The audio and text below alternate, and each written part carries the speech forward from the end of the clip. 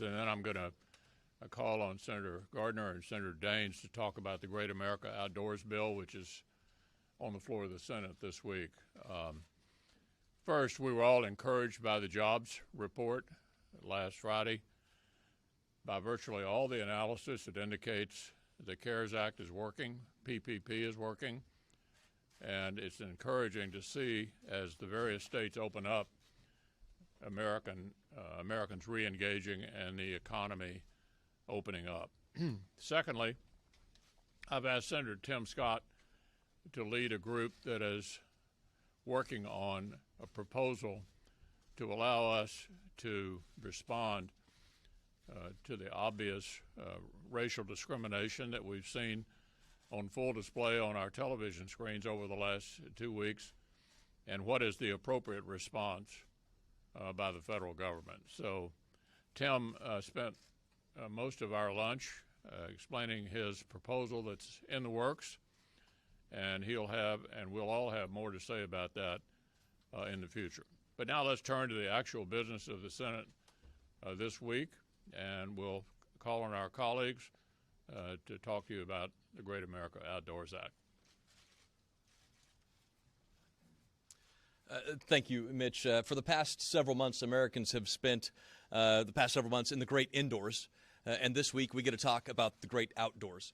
The Great America Outdoors Act is a historic piece of legislation with tremendous bipartisan support. 60 co-sponsors representing states across the country, Republicans and Democrats coming together for the most significant conservation package this country has seen in 50-plus years.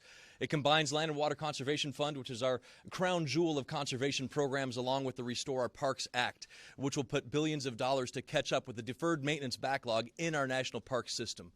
This is incredibly appropriate now, of course, as our economy continues to get back onto its feet. This legislation will help create over 100,000 jobs. And you think about what it means to states like Colorado, where the Western Slope had to shut down months early its ski season, hotels emptied early, restaurants emptied early. This is going to put people back to work protecting our great open spaces, the biggest and greatest ideas of the American people represented in our national parks, our forest systems. This legislation will provide dollars to maintain our national parks, our national forests, our Bureau of Land Management ground, of course, which is a BLM, is now headquartered in the great state of Colorado, our U.S. Fish and Wildlife Service properties, along with the Bureau of Indian Education. Last night's vote, 80-17, was a tremendous showing of support. I look forward to this continued bipartisan success through this week and ultimately to the bill's passage. I can think of nothing more appropriate than getting people back on their feet, getting jobs created, and giving Americans a little bit more time to get out into the great outdoors, something that we all know, we cherish, we respect, and we need for generations to come. Well, I can tell you out in Montana, we've got some cabin fever, and we're looking forward to spending more time outside. We are on the cusp of passing the most historic conservation legislation in 50 years.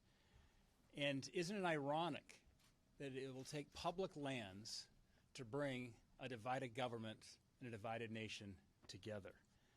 I chair the National Parks Subcommittee. We need to address the maintenance backlog of some $12 billion, as our parks are loved to death by the American people, but fraying on the edges. We've expanded that to include the Forest Service and our forest lands, as well as BLM and some tribal lands as well on the maintenance backlog. But how do we get to this point? If you go back to the end of last Congress, we were trying hard to get some of this legislation passed. We were getting close. We couldn't quite get there.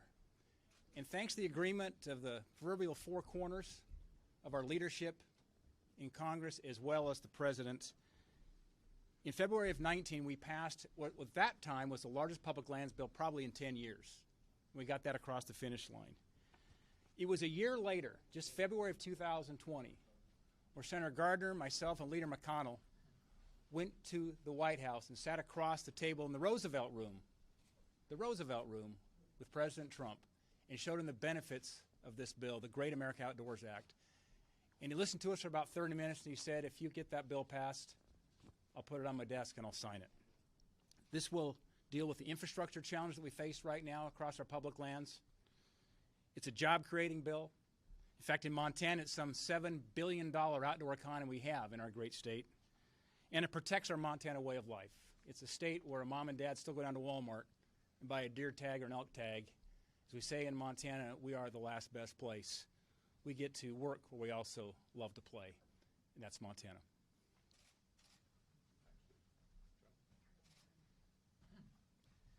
Well, I want to add my congratulations to Cory Gardner and Steve Daines and others on a very big bipartisan accomplishment here in the Senate.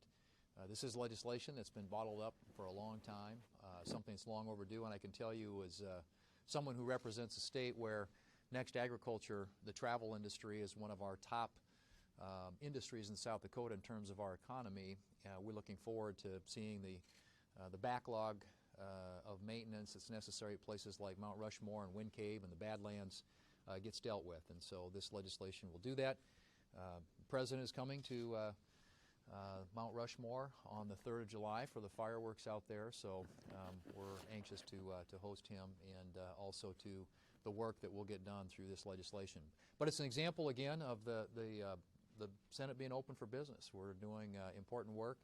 This is a major piece of bipartisan legislation, and of course there are so many other things going on in the Senate this week. We have eight hearings dealing with oversight of COVID, and in fact in about 15 minutes the Finance Committee is going to be examining the issue of unemployment insurance. The Help Committee is going to be looking at reopening our schools. There are hearings dealing with procurement, reimbursement issues, all those sorts of things going on here, in addition to moving the Great Outdoors Act this week. So, and then the issue of nominees. We're going to vote on the Chief of Staff for the Air Force here in just a few minutes on the floor of the Senate.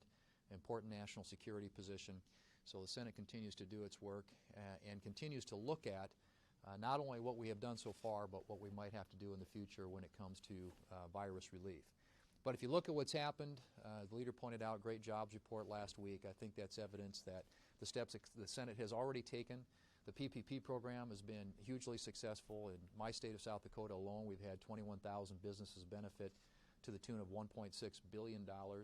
And I think a big reason why we are seeing the economy, see encouraging signs at least in our economy, is because of the many of these policies having the desired effect. We look forward to continuing that work. It's important that we get it right, and the Democrats obviously, if it were up to them, they would have passed another $3 trillion out there without knowing what the need is or how what we've done so far has worked. We want to make sure that we get this right and that we are being responsible stewards of the taxpayers' dollars, knowing that every dollar that we spend is a borrowed dollar. And so we want to make sure that we are doing this in an effective and efficient way, and one that maximizes the return to the American taxpayer.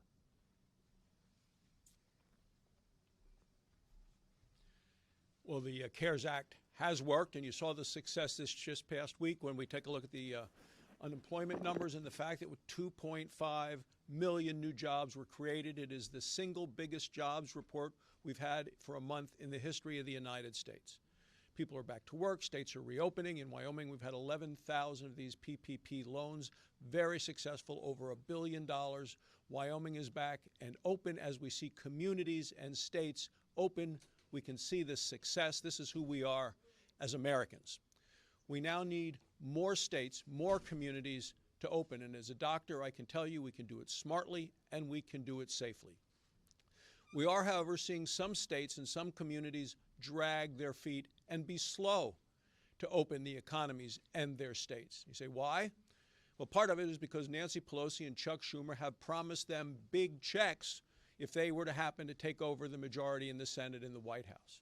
As if there is a prize for having a bad economy, and the prize is an election victory for the Democrats. That may be who the Democrats are rooting against our economy. Republicans are committed to opening our country, opening our economy, and getting Americans back to work. So here we are just a few days from D-Day. During World War II, Eisenhower said that if a problem couldn't be solved, sometimes the way to solve it was to make it bigger, which is actually what we did with the Great American Outdoors Act. Several bills came together: how to deal with the Land and Water Conservation Fund, how to deal with the income from exploration, the concept that the public lands themselves could do a better job of helping support the public lands. We're a few years into the second century of the national park system. No country has anything that rivals it. There are a few maintenance issues out there that have been out there for about half of the 100-year life of the parks.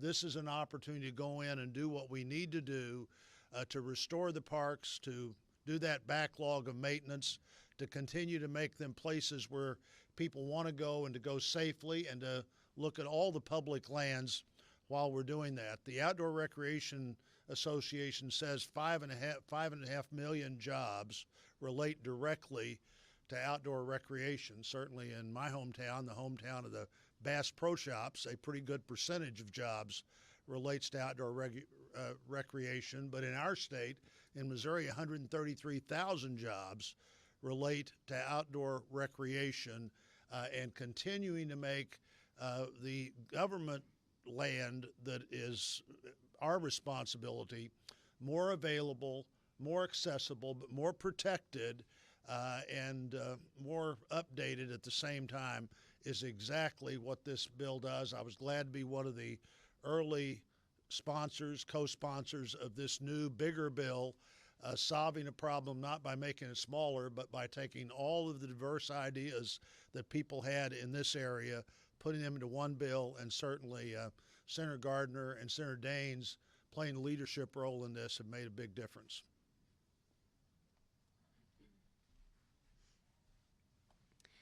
Today, many people across the United States are honoring the life of George Floyd. And so I would just encourage everybody to take pause and really reflect upon the loss of his life and recognize that it was taken way too soon. And it is very unfortunate that his death was the catalyst for talks that needed to happen a very long time ago. So I think it is a great time for us to reflect upon the life and the loss of George Floyd and understand the significance of moving forward and having really positive, encouraging talks about what it is to be a person of color across the United States. And so I'm so thankful for the great conversation that we just had with Senator Tim Scott, and a way that we can move forward and talk about racial injustice and how we can solve it and be part of the solution, not part of the problem. It is a really great time for us to come together and do that.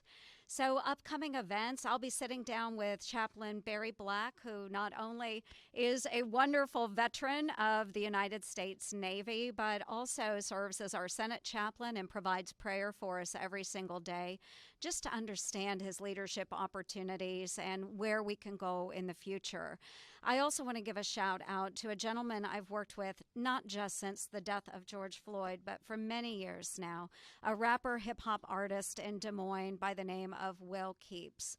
Will has a wonderful nonprofit organization that has worked with underprivileged children in the Des Moines metro area, helping them overcome the challenges of race and injustice. Mr. Will Keeps' organization Starts Right Here is exactly the type of organization that we should look to find those types of solutions of inequality throughout our communities. So I look forward to tackling this issue, continuing a conversation, and hopefully it's not one that we easily forget. Thank you.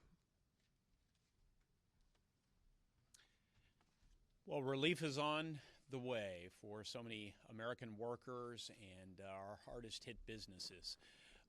In a bipartisan fashion, but with Republican leadership here in the Senate and with the signature of the President of the United States, we've been able to get passed into law the Paycheck Protection Flexibility Act. This act will make a number of improvements to the important Paycheck Protection Program from which so many Americans have benefited, but perhaps most notably, it will extend the period of time from 8 weeks to 24 weeks in which someone can receive paycheck protection funds and have those monies forgiven by the federal government. This is essential to small businesses and other hard-hit businesses around the state of Indiana, and of course to their employees as well. I know this because I heard this early on in the course of our efforts to put together a series of proposals to address the needs of our economy. This was also a fix that was incorporated into the Restart Act that I have proposed. The Paycheck Protection Program is clearly working based on not just the feedback I'm hearing from my constituents, but also based on the jobs report that we just received. Incredibly encouraging, record strength as it relates to this jobs report, and let's hope there's more good news to come. I, for one, stand ready to continue to fight on behalf of Hoosier workers and Hoosier small businesses, and look forward to working with my colleagues on that effort on an ongoing basis. Yeah. As you're talking about police reform here, this morning the president was tweeting about this Buffalo protester. We saw him on video, pushed over by police. He was bleeding. The president said that he could be an Antifa provocateur. He said that he fell harder than he pushed, and he questioned if he was set up. Was that appropriate? Well, as I said, what we've been talking about here in the Senate Republican Conference is what we think is the appropriate response to the events of the last few weeks. And under the leadership and guidance of Senator Tim Scott, at some point in the near future, we'll have recommendations to be made. What about the president's tweet, though? Was that appropriate, sir? As I said, we are discussing in the Senate Republican Conference what response we think is appropriate to the events of the last 2 weeks. And once Senator Scott and his team decide what to recommend, we'll let you know. Leader McConnell, Leader McConnell, thoughts about what should be done? Does anything, any police practices at the moment trouble you that you want to see fixed? I told you how we're approaching this. I can tell you again if you'd like. Okay. Leader McConnell, the Great Outdoors Act. Yeah. Can you talk about your record on civil rights and why you think it's important for the Republican Party to have a response to what's going on in the country right now? Well, absolutely. I think it's important to have a response. And, you know, none of us have had the experience of being an African American in this country and dealing with this discrimination, which persists here some 50 years after the 1964 Civil Rights Bill and the 1965 Civil Rights Bill. We're still wrestling with America's original sin. We try to get better, but every now and then it's perfectly clear we're a long way from the finish line. And I think the best way for the Senate Republicans to go forward on this is to listen to one of our own who's had these experiences. He's had them since he's been in the United States Senate. And with his guidance and leadership, we're going to come together with a proposal that we think makes the most sense for the federal government in the wake of what we've seen and experienced over the last couple of weeks. Leader McConnell, on the Great Outdoors Act, as you know, Senator Gardner, Senator Daines, they've been lobbying this for a while. Did you hand them an election year gift by allowing this to go forward 5 months before Election Day? Well, what we had is a unique opportunity to actually make a law. As you can imagine, there are not many similarities between this Democratic House and this Republican Senate. And that dramatically limits the number of things we can agree to. So, fortunately, here we had two important bills that enjoyed bipartisan support and a way to actually make a difference for the country. It is in proximity to an election, but that makes it even more remarkable that we're absolutely able to get together in spite of the contests that are going on all over the country to see who's going to be in charge next year. We've been able to overcome that. And if you saw the vote yesterday, this is going to clear the Senate with a very large majority. And we believe the House will take it up, pass it, and send it to the president for signature. So, yeah, it's in proximity to the election, but nobody said you ought to quit doing things just because there's an election. We have one every 2 years. There's always an election coming up. But we've been able to find our way through all this partisanship and do something important for the country. Thanks.